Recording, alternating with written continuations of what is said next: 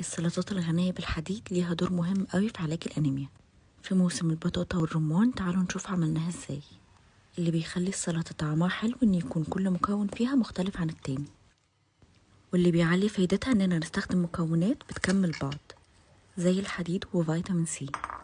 اول خطوة نجهز الحاجات اللي بتاخد وقت زي البطاطا، نرش عليها رشة ملح وزعتر وبابريكا وزيت زيتون ونحطها في الاير فراير. بالنسبة للورق الأخضر حطوا أي نوع انتوا عايزينه، أو ممكن تعملوا ميكس بين حاجات تانية على بعض زي الخس والجرجير والبقدونس والشبت، بيكون طعمهم حلو جدا مع التتبيلة. هنحط بصلة صغيرة ونضيف البطاطا بعد ما استوت وقرمشت، وبعدين نحط الرمان، وبكده بنخلي الطبق ملون أكتر. وكل ما زادت الألوان زادت الفايدة. ممكن نزود عليهم بنجر، وده اللي بيخلي السلطة غنية بالحديد أكتر.